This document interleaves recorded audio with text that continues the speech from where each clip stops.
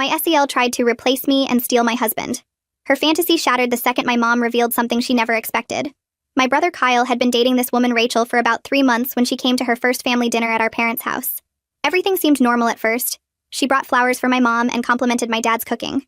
Then when introductions came around to my husband Dean and me, she shook my hand and said, "So nice to meet Dean's current wife. I'm Rachel, his future." I thought I misheard her. Dean laughed awkwardly, thinking it was some weird joke. But Rachel kept going, looking directly at Dean and saying, "Kyle's told me so much about you. I can see why he says we're perfect for each other." Kyle looked confused and said he'd never said that, but Rachel just smiled and touched Dean's arm, saying, "Men never remember important conversations." Throughout dinner, Rachel kept positioning herself to serve Dean food first, even though he was sitting across the table from her. She'd lean over everyone to put food on his plate, saying things like, "Dean needs protein, he works so hard," or, "Dean doesn't like too much sauce, right, honey?" She'd never met him before that night. She knew nothing about him, but she acted like she'd been studying him for years. Every story anyone told, Rachel would redirect to Dean. My mom talked about her garden. Rachel asked Dean if he liked gardening because she loved men who worked with their hands. My dad mentioned his retirement. Rachel asked Dean about his retirement plans because she needed to know for their future. When I tried to join any conversation with my own husband, she'd talk over me and say things like, "Dean and I were just discussing that earlier," which was impossible because they'd literally just met an hour ago. Kyle kept trying to redirect her attention, but she'd pat his hand and say, "Your brother and I are just getting to know each other better." Family bonds are so important. The next few weeks were insane. Rachel started showing up at places Dean went. She joined his gym and would happen to be there whenever he worked out. She found out where he got coffee and would accidentally run into him every morning. She learned his lunch spot and would eat there alone, always sitting where she could watch him. She told Kyle she was just trying to bond with his family, but she never tried to run into me or my parents, only Dean. She started texting Dean constantly, getting his number from Kyle's phone. The texts started normal, asking about family stuff, but quickly got weird. She'd send him good morning messages before I even woke up. She'd text him reminders to eat lunch and stay hydrated. She'd send him articles about things she thought he'd like, even though she had no idea what he actually liked. When Dean blocked her number, she got new ones. She had at least 6 different phone numbers that we know of. Rachel would tell Kyle that Dean was texting her first, that he was pursuing her, that she was trying to be loyal but Dean wouldn't leave her alone. Kyle believed her at first because why would his girlfriend of 3 months make something so crazy up? She'd cry and say she didn't want to break up the family, but Dean was making it impossible. She actually convinced Kyle to confront Dean about bothering his girlfriend. That fight was unbelievable, with Kyle accusing Dean of trying to steal his girlfriend, and Dean showing him all the blocked numbers and psycho texts. The real explosion happened at my dad's birthday party. Rachel had convinced Kyle she needed to come despite everything, because family was important, and she wanted to show there were no hard feelings. She arrived in a dress identical to my wedding dress, which she'd somehow found photos of online. She'd styled her hair exactly like mine was at my wedding. She'd even found similar jewelry. She walked in looking like she was trying to be me from my wedding day. But that wasn't even the worst part. She'd brought a cake, insisted on bringing it out herself, and when everyone gathered around to sing, she stood next to Dean instead of Kyle. As my dad blew out the candles, Rachel loudly announced, "I need everyone's attention for something important." She pulled out a folder from her purse and said, "I've been patient and respectful, but it's time to make this official. Dean and I are in love, and I have proof." She started pulling out printed screenshots of texts that didn't exist, completely fabricated conversations where Dean supposedly professed his love for her. She had dates and times that lined up with when Dean was with me, at work, even when we were on vacation. She'd created this entire fictional affair with timestamps and everything. She kept reading these fake texts out loud. "Rachel, I can't stop thinking about you. Rachel, you're who I should have married. Rachel, let's run away together." Everyone was staring in complete shock. Then she pulled out her masterpiece, a fake pregnancy test, and announced she was carrying Dean's baby, that they'd been together for 2 months and she couldn't hide it anymore. That's when my mom, who'd been silent this whole time, started laughing. I need to analyze the continuation requirements before writing. Not a single person moved or made a sound. Everyone just stared at my mom like she'd lost her mind while Rachel stood there frozen with that fake pregnancy test still in her hand. Mom wiped actual tears from her eyes and kept laughing. Not a polite chuckle, but full belly laughs that echoed through the dining room. She finally caught her breath and looked around at all of us. "This is the most ridiculous thing I've seen in 40 years of family gatherings, and I've seen your uncle try to deep fry a frozen turkey." Rachel's face changed from that smug, triumphant look to total confusion as Mom walked straight toward her. My mom is only 5'3", but she moved across that room like she owned it, and Rachel actually took a step back. Mom reached out and plucked the pregnancy test right out of Rachel's hand before she could react. She held it up to the light, turning it slowly so everyone could see it clearly. "This is still in the plastic wrapper," Mom announced loudly. "You can see the edge of the packaging right here in your printed photo where you tried to Photoshop it out." Rachel's mouth opened and closed, but nothing came out. Mom kept going, her voice calm but sharp. Let me tell everyone what's actually been happening here. Rachel has been dating Kyle for exactly 3 months as of last Tuesday. She met Dean for the first time 5 weeks ago at a family dinner. Right here in this house, actually. Since then, she's been stalking him at his gym, his coffee shop, his lunch spot, sending him texts from at least 6 different phone numbers that we know of. I've been keeping track of every single incident Kyle mentioned, every blocked number, every weird gym appearance, every time she showed up somewhere Dean happened to be. Mom pulled a small notebook from her cardigan pocket, and I had no idea she'd been documenting everything. Rachel finally found her voice and tried to interrupt, but Mom just held up one hand. I'm not finished. How exactly could you be 2 months pregnant with Dean's baby when you've never been alone with him even once? Dean pulled his phone out of his pocket without anyone asking and started swiping through screens. He held it up and turned it slowly so people could see his location history. I'm with Natalie or at work during every single time Rachel claimed we met up. Here's me at the office when she said we had lunch together. Here's me and Natalie on vacation when she said we were texting about running away together. The evidence just kept stacking up and Rachel's face got redder and redder. Kyle looked like someone had punched him in the stomach. He stared at Rachel and his voice came out rough and angry. What the hell is going on? Rachel's whole body language changed instantly. Tears started streaming down her face and she turned to Kyle with her hands reaching for him. Dean pursued me first. I swear. I tried to resist, but he wouldn't stop. Your family is ganging up on me because they don't want us to be happy together. She actually said that with a straight face while wearing a copy of my wedding dress. Kyle pulled away from her reaching hands and looked at Dean, then at Mom, then back at Rachel like he couldn't figure out what was real anymore. My dad had been silent through all of this, just standing by the birthday cake with candles still smoking. He cleared his throat and everyone turned to look at him. Rachel, I need you to leave my home now. His voice wasn't loud or angry, just firm and final. Rachel didn't move, just stood there crying and shaking her head. Dad walked over to the phone on the wall, the old landline my parents still kept, and picked up the receiver. You have 2 minutes to walk out that door, or I'm calling the police. That's when Rachel's whole act fell apart completely. The tears stopped like someone flipped a switch and her face twisted into something ugly and mean. She started screaming at the top of her lungs about how we were all jealous, how Dean and she had a connection none of us could understand, how she knew they were meant to be together, and we were trying to keep them apart. She was still wearing that white dress that looked exactly like mine from my wedding, and the whole scene felt like watching someone have a breakdown in slow motion. Kyle moved toward her and grabbed her arm, not rough but firm, trying to guide her toward the door. She spun on him so fast I thought she might hit him. You were just a placeholder. She spat the words right in his face. I only dated you to get close to Dean. You were never anything more than a way to meet him. The look on my brother's face made me want to grab Rachel myself and throw her out. Before anyone could do anything else, our doorbell rang and then someone knocked hard on the front door. Dad went to answer it and 2 police officers walked in, looking around at all of us standing there in this frozen, horrible moment.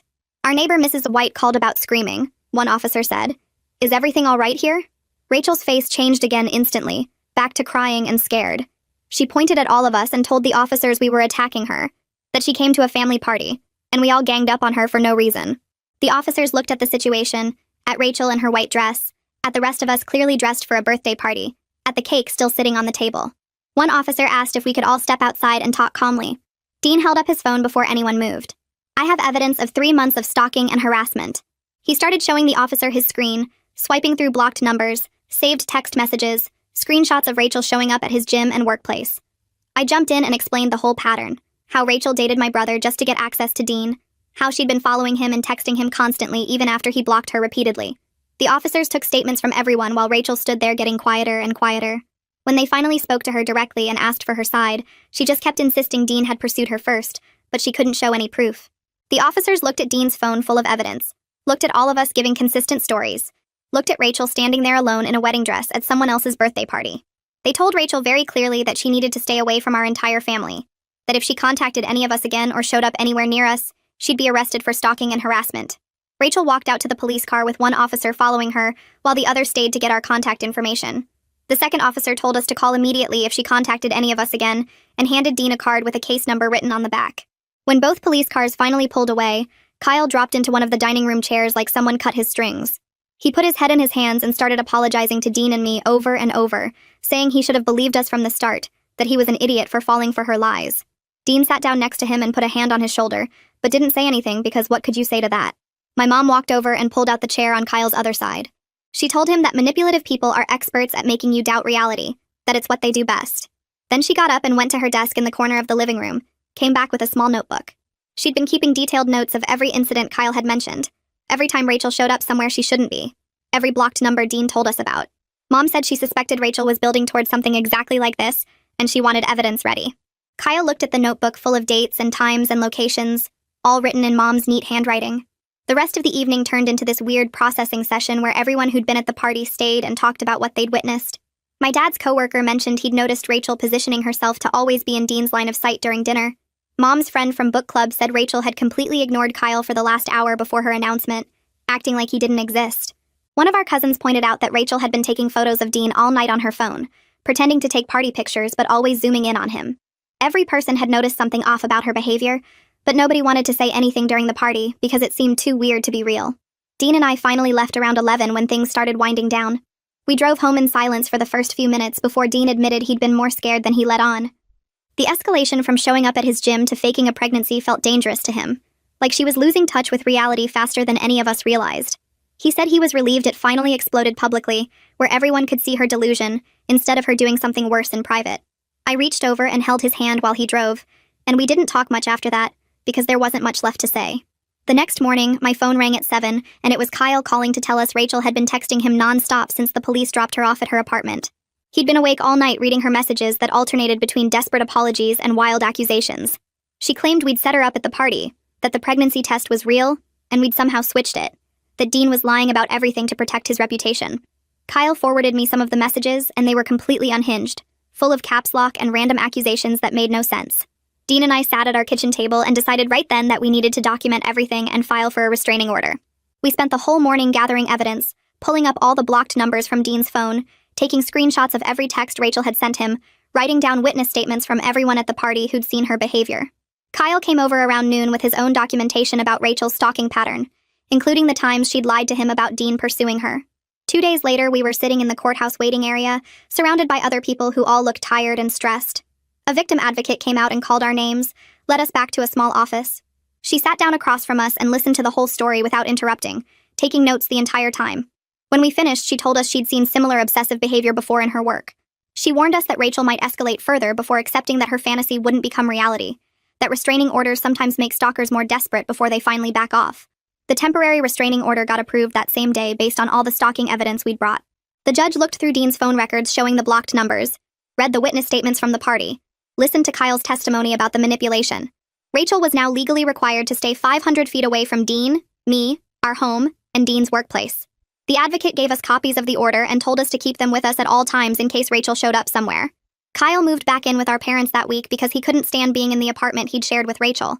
He told Mom he felt embarrassed and angry at himself for not seeing through her manipulation sooner, for believing her lies about Dean. Mom set up his old bedroom and told him to stay as long as he needed.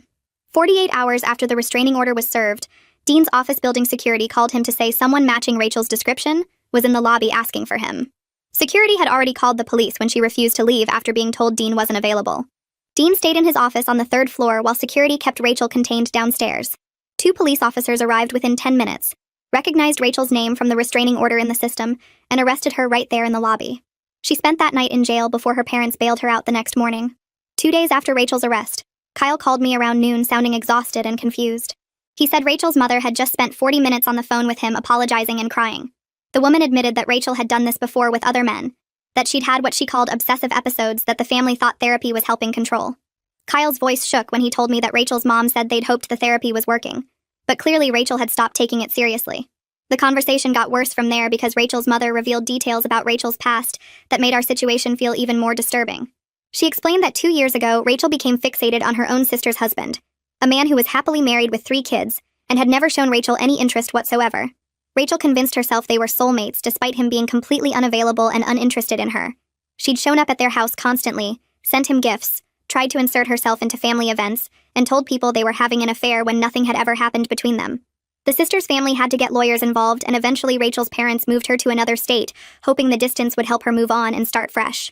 Kyle felt sick hearing all this because it meant Rachel's behavior with Dean wasn't some weird anomaly, but an actual pattern she'd done before. The restraining order hearing happened a week later on a Tuesday morning at the county courthouse. Dean and I arrived early with all our documentation organized in folders, and Kyle met us in the hallway looking nervous about having to testify against someone he'd dated. Rachel showed up 15 minutes before the hearing started with a lawyer her parents had hired, and I barely recognized her at first. She wore a conservative navy dress with a cardigan, had her hair pulled back neatly and looked completely normal and put together. Gone was the wedding dress copycat and the manic energy from my dad's party. She acted calm and composed, nodding politely to the bailiff and sitting quietly with her lawyer, like this was just a routine misunderstanding between friends who'd had a disagreement. The judge called the hearing to order and asked Dean to testify first about the stalking allegations. Dean stood up and walked to the witness stand, then spent 20 minutes laying out the entire timeline of Rachel's behavior. He showed the judge his phone records with months of blocked numbers, screenshots of the constant texts and documentation of every time Rachel had shown up at his gym, coffee shop, or lunch spot. The judge looked through each piece of evidence carefully, asking Dean specific questions about dates and times and Rachel's exact words in messages. Kyle testified next and described how Rachel had manipulated him throughout their relationship, using him as a way to access Dean and lying constantly about who was pursuing whom. My brother's voice stayed steady, but I could see his hands shaking slightly as he explained how Rachel convinced him that Dean was the one bothering her, that she was trying to be loyal to Kyle, but Dean wouldn't leave her alone. He told the judge about the 6 different phone numbers Rachel obtained after Dean blocked her, about her showing up everywhere Dean went, about the fake texts she'd created claiming an affair that never existed. Then it was my turn to testify, and I walked up to the stand feeling angry all over again about what Rachel had put our family through. I described the wedding dress incident in detail, how Rachel had somehow found photos of my wedding online and recreated my entire look down to the jewelry and hairstyle. I explained how she'd announced a fake pregnancy at my dad's birthday party in front of our entire family, pulling out fabricated text messages with timestamps that proved she'd created an elaborate fictional affair.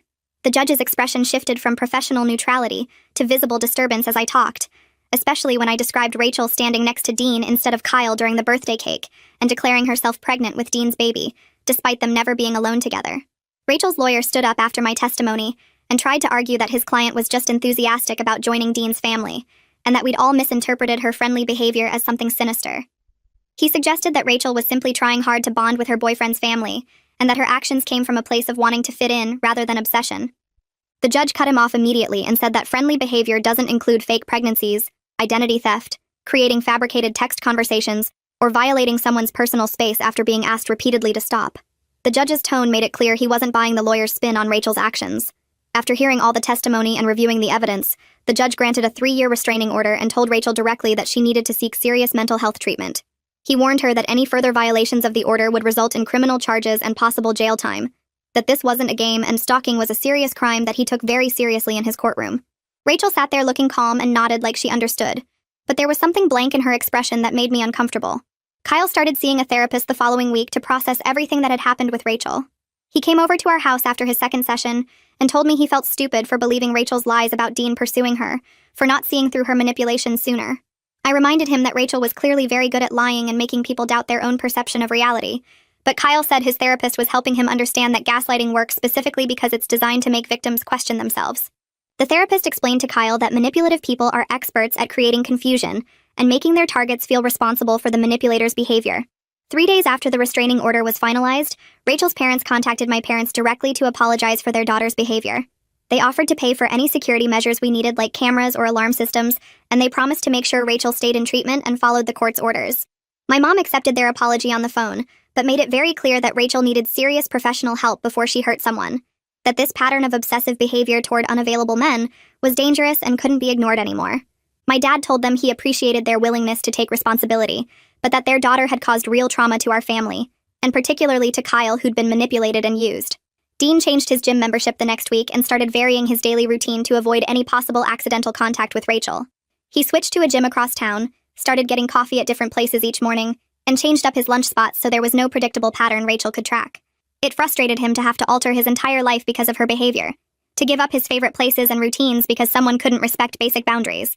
But we both agreed that safety had to come first, that avoiding any chance encounter with Rachel was worth the inconvenience of changing habits.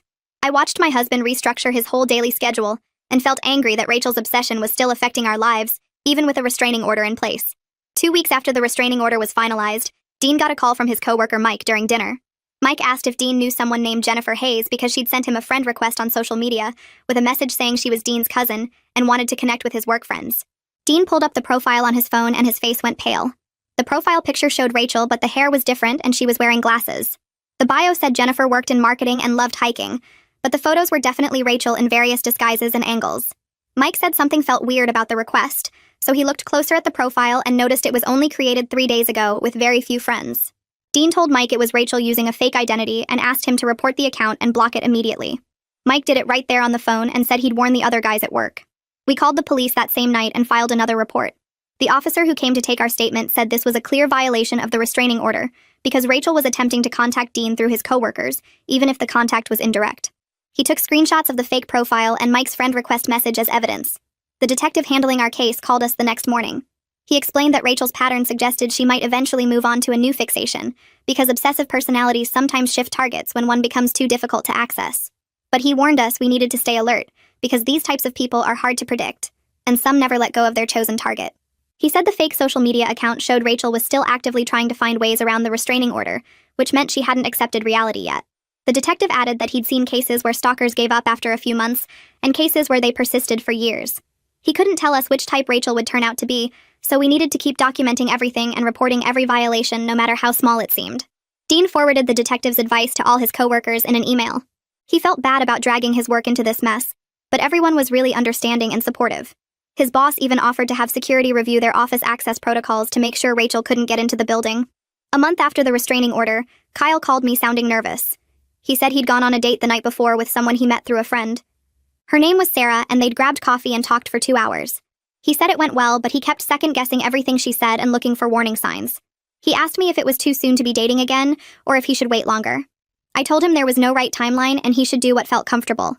Kyle said his therapist encouraged him to start socializing again when he felt ready, because avoiding relationships completely would let Rachel's damage define his future. But he admitted he was scared of missing red flags again, and ending up with another person who seemed normal at first, but turned out to be lying about everything.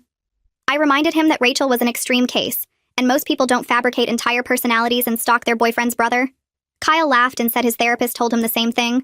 He decided to keep seeing Sarah but take things really slow and trust his gut if anything felt off. My mom organized a family dinner 2 weeks later specifically to talk about supporting Kyle. She invited me, Dean, my dad, and Kyle to her house for what she called a family meeting. When we all sat down, Mom said she wanted to make sure Kyle knew we didn't blame him for anything Rachel did. Kyle tried to brush it off, but Mom cut him off. She said Kyle had been beating himself up for months about not seeing Rachel's manipulations sooner, and she wanted him to hear from all of us that Rachel fooled everyone at first. Dad agreed and said Rachel was clearly very practiced at deception, and Kyle shouldn't feel stupid for believing someone he was dating. I told Kyle that Rachel's lies about Dean pursuing her were so convincing that even I had a moment of doubt before Dean showed me all the evidence. Dean said the fake pregnancy announcement proved Rachel had spent weeks or months planning her delusion, and no reasonable person would suspect their girlfriend was capable of that level of fantasy. Kyle got quiet, and then admitted his therapist was helping him understand that manipulative people target kind, trusting individuals, specifically because they're easier to gaslight. He said he was learning to recognize the difference between being trusting and ignoring obvious problems. The solidarity from everyone helped Kyle relax, and he actually smiled genuinely for the first time in weeks. Our lawyer called me a few days later with surprising news. Rachel's therapist had contacted him to confirm that Rachel was in intensive treatment and making progress on understanding boundaries. The therapist couldn't share specific details because of privacy rules, but wanted us to know that professional help was happening and Rachel was participating seriously in her treatment program. The lawyer said this was unusual because therapists rarely reach out to victims, but in cases of severe obsessive behavior, some treatment teams believe it helps everyone involved to know intervention is occurring. I asked if this meant Rachel was getting better, and the lawyer said he couldn't make that determination, but the therapist wouldn't have contacted him unless there was meaningful progress happening. He reminded me that mental health treatment takes a long time, and Rachel's issues were serious enough that recovery would be measured in years, not months. 3 months passed without any new incidents. No fake social media accounts, no attempts to contact Dean's coworkers, no violations of the restraining order at all. Dean and I started to relax just a little bit. We still checked our security cameras every morning and stayed aware of our surroundings when we went out, but the constant anxiety began to fade. I could see Dean's shoulders weren't always tense anymore, and he stopped checking over his shoulder every few minutes when we were in public. We talked about maybe taking a weekend trip somewhere just to get away and feel normal again. The fear was still there under the surface, but it wasn't controlling every single decision we made anymore. Kyle called me excited about something for the first time since the Rachel disaster. He'd met someone new named Alyssa at a work conference the week before. They'd sat next to each other during a presentation and ended up talking through the whole lunch break. Kyle said Alyssa was smart and funny and seemed genuinely interested in getting to know him. He was being cautious because of everything with Rachel, but he felt good about this. Alyssa lived 2 hours away, so they'd been texting and talking on the phone every night.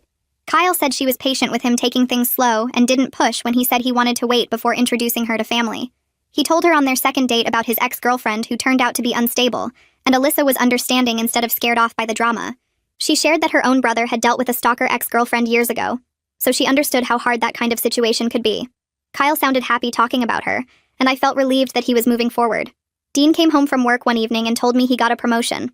His company was expanding into new regions, and they wanted him to lead the development team, which meant he'd need to travel about once a month for a week at a time. Dean was excited about the opportunity, but worried about leaving me alone given everything with Rachel. We spent that whole evening discussing safety protocols for when he'd be away.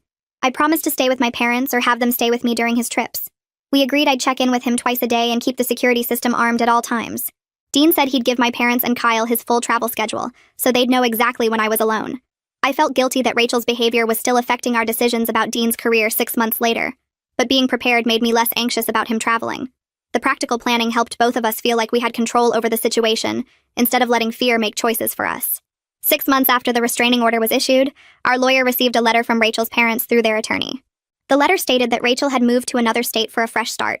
Her parents provided documentation showing her new address, and proof that she'd enrolled in a treatment program in her new location. The letter apologized again for everything Rachel had put our family through, and assured us that Rachel's treatment team believed the distance from her fixation would help her recovery process. Her parents wanted us to know they were staying involved in Rachel's treatment, and would make sure she didn't return to our area. Our lawyer forwarded everything to the detective who'd been handling our case. The detective called us a few days later to confirm he'd verified Rachel's relocation with the police department in her new city. He explained that her treatment team believed physical distance from Dean would help Rachel break the obsessive thought patterns she'd developed. The detective reminded us that the restraining order was still completely valid even across state lines. If Rachel violated it by contacting us or returning to our area, she'd face criminal charges regardless of where she was living now. He said he'd keep the case file active and we should continue reporting anything suspicious, but the relocation was generally a positive sign that Rachel's family and treatment providers were taking the situation seriously. A few weeks later, Kyle called and asked if we wanted to come to a barbecue at his place because he wanted us to meet someone. Dean and I showed up with potato salad and found Kyle grilling burgers with this woman who had dark hair and was laughing at something he said. He introduced her as Alyssa, and she shook our hands with a friendly smile that felt genuine instead of forced. She asked about our drive over and complimented the potato salad without making a big production out of it. My parents arrived next, and Alyssa helped my mom carry in a dessert tray, while chatting about some cooking show they both watched. She fit into conversations naturally without trying too hard to impress anyone or dominate attention. Kyle kept glancing at her with this soft expression I hadn't seen on his face in forever. When Alyssa went inside to grab more drinks, my mom leaned over and whispered that she seemed lovely and normal, which made us all laugh because normal felt like a high compliment after Rachel. Watching Kyle smile genuinely while he flipped burgers and talked about a hiking trip he and Alyssa had planned made my chest feel warm. He looked relaxed and happy instead of anxious and confused like he'd been with Rachel. Our anniversary came up 2 months after that barbecue, and Dean surprised me by suggesting we renew our vows. He said he wanted to reclaim our marriage from Rachel's attempted intrusion and make new memories that were just about us. We planned a small private ceremony with just immediate family in my parents' backyard. My mom decorated with flowers and white chairs while my dad set up a small arch. Dean wore the same suit from our original wedding, and I wore a new dress that Rachel had never seen or copied. Kyle stood as Dean's best man and looked proud instead of guilty. When we exchanged vows again, Dean's voice was steady and sure. He promised to protect what we built together and never let anyone come between us. I promised to trust him completely and face any challenge as a team. My parents cried happy tears, and Kyle hugged us both afterwards, saying he was glad we were reclaiming this moment. The whole ceremony felt like washing away the stain Rachel had tried to leave on our relationship. After the ceremony, my mom pulled me aside and told me something I hadn't known before. She said she'd kept detailed journals during Rachel's entire stalking period, writing down every incident Kyle reported, every blocked number, every gym appearance. She'd dated each entry and included times and locations because she wanted solid evidence if things escalated further. Her foresight probably helped us get the restraining order approved so quickly since we had documentation going back months. I hugged her and thanked her for being so protective even when the situation seemed crazy. She said watching Rachel's obsession grow made her nervous, and she wanted our family prepared for whatever might happen. The journals were still in her desk drawer in case we ever needed them again for legal purposes. Kyle and Alyssa got serious enough over the next few months that he decided to tell her the full Rachel story. He called me beforehand asking if I thought it would scare Alyssa away. I told him that if she was the right person, she'd understand and support him through it. Kyle invited Alyssa over for dinner at his place and spent 2 hours explaining everything that happened with Rachel. Alyssa listened without interrupting, and then told Kyle that her brother had dealt with a stalker ex who showed up at his workplace and sent threatening messages. She understood how scary and violating obsessive behavior could be. She said it actually made sense why Kyle had been cautious about introducing her to family and taking things slowly. Kyle told me later that Alyssa's reaction made him feel accepted instead of judged. She didn't treat him like he was damaged or stupid for missing red flags. She just acknowledged that manipulative people are good at hiding their true nature until it's too late. A full year after the birthday party incident, Rachel's parents sent another letter through their lawyer. The letter explained that Rachel was doing much better in her therapy program and had accepted full responsibility for her behavior toward our family. She'd asked her parents to apologize again on her behalf, but understood that direct contact would violate the restraining order. Her therapist reported that Rachel had made progress in understanding boundaries and recognizing her obsessive patterns. The letter included documentation of Rachel's continued treatment and her stable living situation in the new state. Our lawyer reviewed everything and confirmed it seemed legitimate. The detective we'd worked with said this kind of update was actually a positive sign that Rachel's support system was staying involved in her recovery. Dean and I spent an evening discussing whether we'd ever be comfortable with Rachel apologizing directly after the restraining order expired in 2 more years. Dean said he didn't think he'd ever want to hear from her again because her behavior had been too disturbing. I agreed that we didn't need her apology to move forward with our lives. We'd already processed what happened and built our peace without requiring anything from her. But we also agreed that if Rachel genuinely changed and wanted to apologize years down the road, we wouldn't stand in her way. We just wouldn't seek it out ourselves or feel like we were owed an explanation. Some things are better left in the past. Kyle proposed to Alyssa on the anniversary of their first date at the same restaurant where they'd met. He'd planned this whole thing where the waiter brought out dessert with the ring hidden inside. Alyssa said yes immediately and started crying happy tears. Kyle called us that night from the restaurant and we could hear Alyssa laughing in the background. He sounded more excited than I'd ever heard him.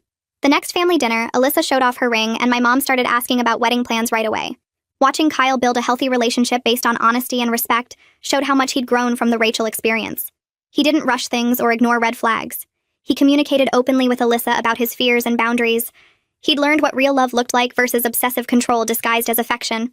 The family started planning Kyle and Alyssa's wedding over the next few months. We looked at venues and discussed guest lists and picked out flowers. There was this unspoken agreement among all of us that we'd hire security for the wedding just in case. Nobody actually thought Rachel would show up since she'd maintained complete distance for over a year. But we'd learned that being prepared prevents panic. Kyle appreciated that we took his concerns seriously without making him feel paranoid. Alyssa understood completely and said she'd rather have security there for nothing than wish we'd planned better if something did happen. My parents quietly arranged for 2 security guards to be present during the ceremony and reception. Dean's company sent him on a 2-week international trip for a major project launch. He'd be gone longer than ever before since the Rachel situation started.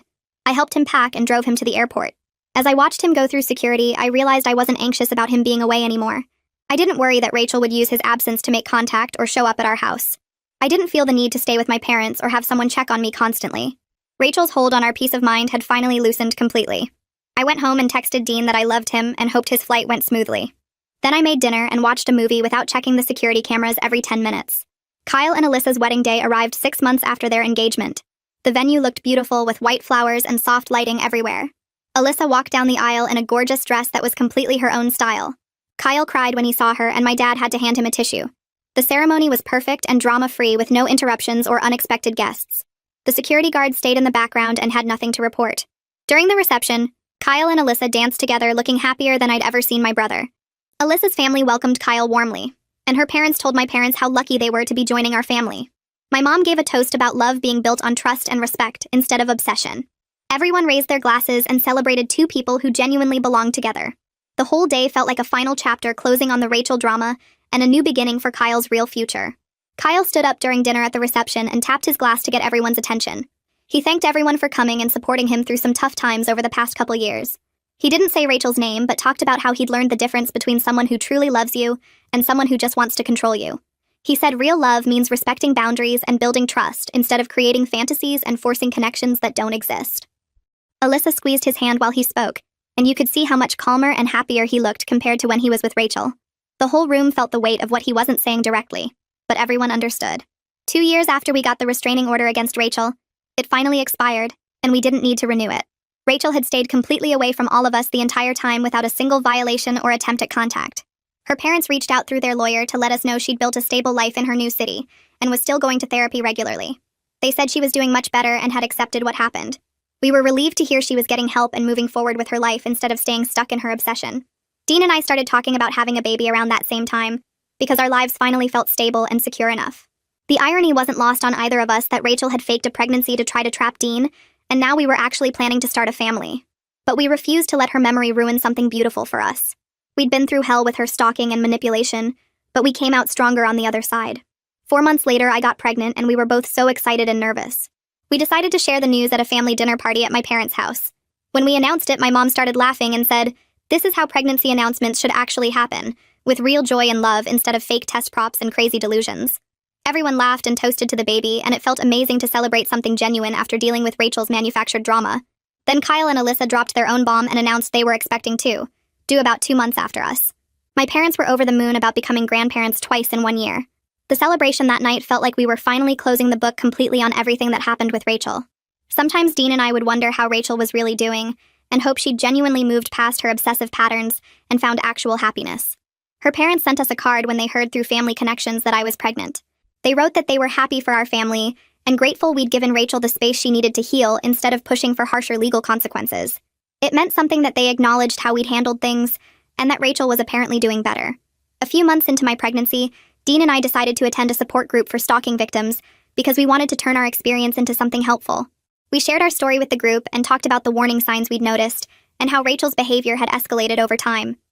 Several people in the group said our story helped them recognize similar patterns in their own situations and gave them courage to take action sooner. It felt empowering to know that going through something so scary could potentially help someone else avoid or escape a dangerous situation. My daughter was born healthy and perfect on a sunny morning in May. When the nurse placed her in Dean's arms for the first time, he started crying and couldn't stop. He just kept staring at her tiny face and saying he couldn't believe she was real, and ours. Kyle and Alyssa came to visit at the hospital that afternoon with a huge bouquet of flowers. My brother looked at Dean holding his daughter and told him he was going to be an amazing father. Watching them together made me think about how far we'd all come from that nightmare birthday party where Rachel tried to destroy everything. 2 months later, Kyle's son was born and our kids became instant best friends, even though they were just babies. Family gatherings got loud and chaotic with 2 infants, but it was the good kind of chaos full of love and laughter. My parents were in heaven being grandparents and would fight over who got to hold which baby. Dean and Kyle started joking about their kids growing up together and maybe going to the same college someday. The whole family felt complete and happy in a way we hadn't been since before Rachel entered our lives. 3 years after the birthday party incident, we were eating at a restaurant downtown when I spotted Rachel's parents at a table across the room. My stomach dropped for a second, but then her mom saw us and smiled warmly. They came over to say hello and asked about our daughter. They told us Rachel was engaged to someone in her new city, a guy she'd met through her therapy group actually. They said she'd maintained her treatment for years now and seemed genuinely happy and stable in her relationship. Her dad said Rachel had asked them to tell us she was sorry if they ever ran into us, but she knew better than to reach out directly. They thanked us again for giving her space to get better instead of pressing charges that could have ruined her future completely. We told them we were happy Rachel found someone real and built an actual relationship instead of living in a made-up fantasy. Her dad shook Dean's hand and thanked us one more time for not pressing charges when we could have, saying it would have destroyed any chance Rachel had at recovery and a normal life. Walking back to our car that night, I felt genuinely glad she was doing better, not because I forgave what she did, but because knowing she moved on made it easier to stop looking over our shoulders. 6 months later, Dean came home with news about another promotion at work, a big jump that came with enough money for us to seriously consider a bigger house. We spent weekends driving around looking at neighborhoods with good schools and yards big enough for our daughter to run around in. The day we found our house, I knew it was right the second we walked through the door, 4 bedrooms and a huge backyard with old trees perfect for climbing. Moving day was chaos with boxes everywhere, and our daughter trying to help by unpacking her toys in every room. Dean and I worked late into the night getting the kitchen organized because we couldn't function without knowing where the coffee mugs were. Standing in our new living room surrounded by half-empty boxes, I suddenly realized I hadn't thought about Rachel in months, except when something specific reminded me, like running into her parents. She used to take up so much space in my brain with worry and anger, and now she was just this thing that happened years ago. Kyle called the next week to tell us he and Alyssa found a house 3 streets over from us, close enough that the kids could ride bikes between houses when they got older. My brother sounded so excited about being neighbors again, like when we were kids. The day they moved in, our daughter and Kyle's son played in the yard together, while the adults hauled furniture, and you could already tell those two were going to be inseparable growing up. Family dinners became a regular thing with everyone gathering at someone's house every Sunday, loud and messy with kids running around and my parents spoiling their grandkids.